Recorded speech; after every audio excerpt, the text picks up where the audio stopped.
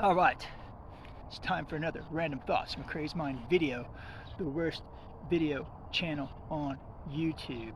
And today, I'm going to be talking about how I used minimalism to retire at age 40.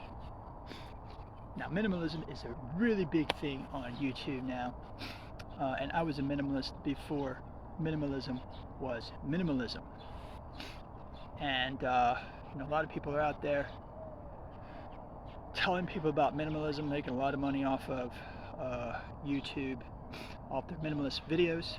You use minimalism to make money. So, what a great concept. Just live without money and then make money on YouTube. So I'm going to try that myself because these minimalist videos are really popular. So let's see if I can get one view on this video. And if you're that person, you'll know it's you. So, when I first graduated from college, I didn't know anything about anything. I mean, I didn't know. I was as clueless as you can be. Didn't know anything about money. I didn't know anything about anything, just like I said. I mean, I grew up, my parents didn't have, they were middle class, I guess.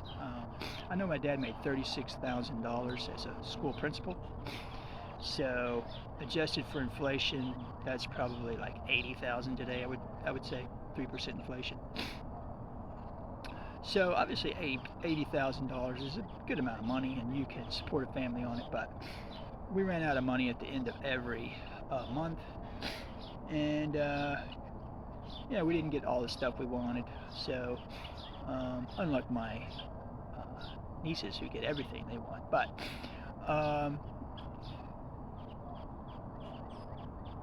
we didn't get anything basically. But we lived a good life, and my parents never, well, my mom worried about money a lot. My dad didn't worry about it, but he was that kind of guy. He just lived by the moment. So when I graduated from college, I got a job as a sports writer. So my salary was $13,500, which adjusted for inflation would be about $28,000 or something like that probably today, which puts you right at pretty close to the poverty line. And back then it was only a couple of dollars more than minimum wage, so it was not a great major to become a journalism major, obviously, since there are no more newspapers anymore basically. However, it did set me on the path to minimalism because I didn't know how much $13,500 was, but I knew it wasn't very much. So I didn't know if you could live on $13,500 or not. So when I started thinking about that, I was expecting to make $15,000 or so, which I knew wasn't very much money.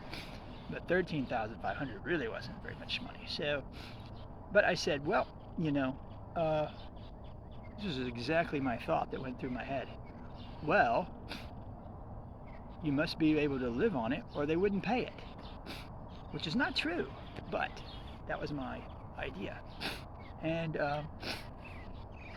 so what I did was I just spent as very little money as possible because I had no idea if I could live on it or not. I thought I was going to run out of money at the end of the month.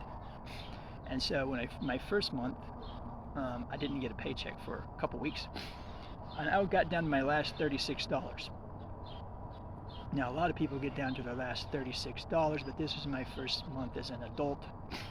And it was a little too close for comfort. So, but at that point I got paid. And I had lived for 2 weeks on my own savings, which was about $600. And so it was free and clear. That money just went straight into the bank. And after a couple of weeks, I had $1,000, and I couldn't believe it. $1,000 was like, it was like $1 million. I didn't know $1,000. I couldn't even imagine having $1,000, and it was free and clear because I had spent my $600 in savings on my living expenses, and that turned out to be all that I needed to live on, right? So I thought, wow, that was pretty easy actually. I could spend more money. But I was infatuated by this $1,000, so I wanted to have $2,000. So I very quickly calculated, that if I did this for a year, I could have $10,000. Well, I wasn't saving $1,000 a year. I was saving about $500 a year, so $500 a month. And but even so, I set out a goal to save $10,000 in 2 years. And so that set me on the course of minimalism because I didn't have any reasons really to spend money because I didn't really want anything particularly. So I was perfectly happy living with my garage sale furniture and all that kind of stuff. Hand-me-downs from my parents. My parents basically bought everything that I ever needed when I got it for Christmas or whatever, microwave. They would just buy something for me because they were good parents. So, hey, you need a microwave? Hey, we bought you a microwave. Look.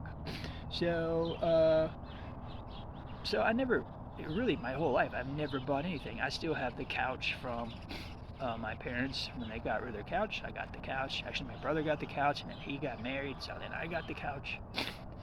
And all of my furniture is still stuff I bought when I got out of college because I don't care what my furniture is, and I never got married, so obviously there might be a reason I didn't get married.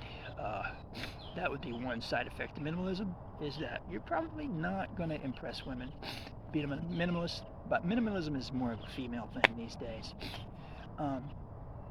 Minimalism is really just an excuse for not having money. I mean, it's like, well, I don't have any money, so I'm going to feel good about it by being a minimalist, right? But you watch these people on YouTube, and they've got designer furniture, and they get rid of all of their clothes.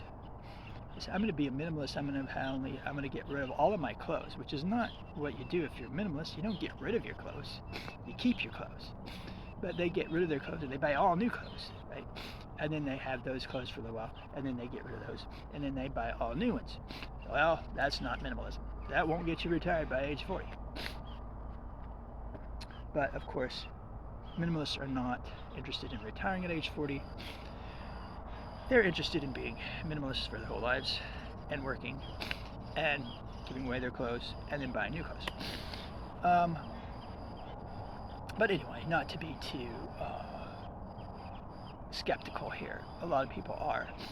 And it's a good thing. A lot of people are really into minimalism, and it changes their lives, and that's a good thing. So, but it is something that is difficult to pursue because people do not like people who don't spend money. If you do this, you will be kind of an outcast because people think you ought to do things the way they do things, and you can't do things the way other people do things because they're living on the credit card, they're spending all their money, they don't have any savings, they're not going to buy garage sale furniture,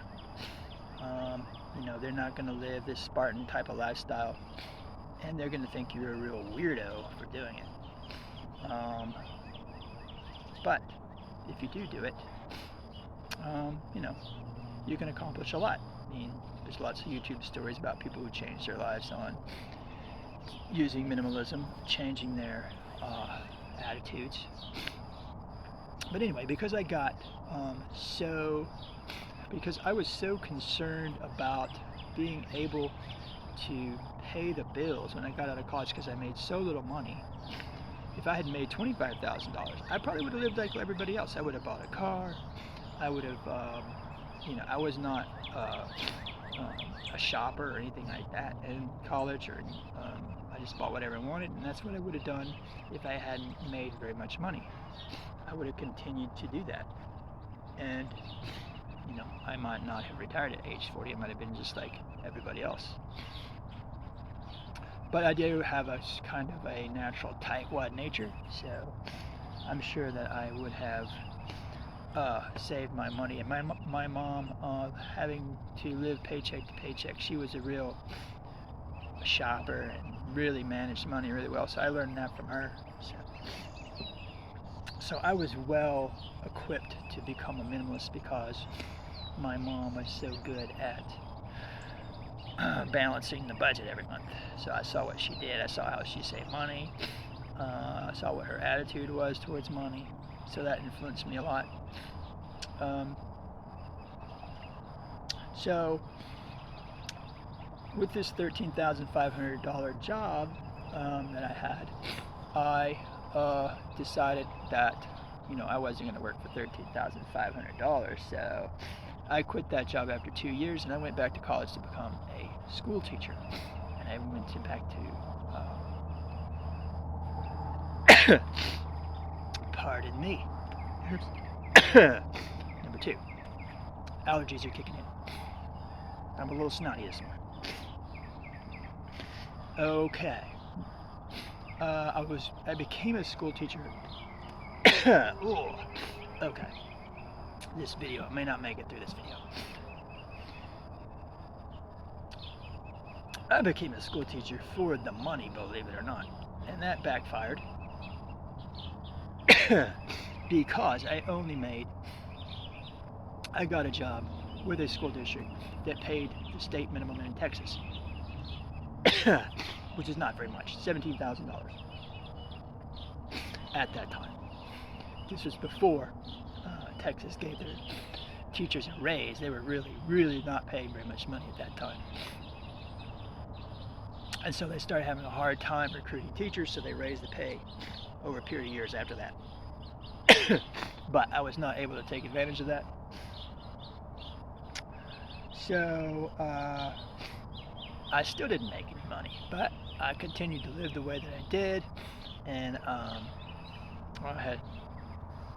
I took my $10,000 that I had saved and bought a car, and I had $1,000. And so I decided to take that $1,000 and I put it in the stock market. I didn't know anything about the stock market at all. Nothing. I just decided I was going to put it into stocks, and I was going to put it into Coors Beer. That was the stock I was going to buy, Coors Beer.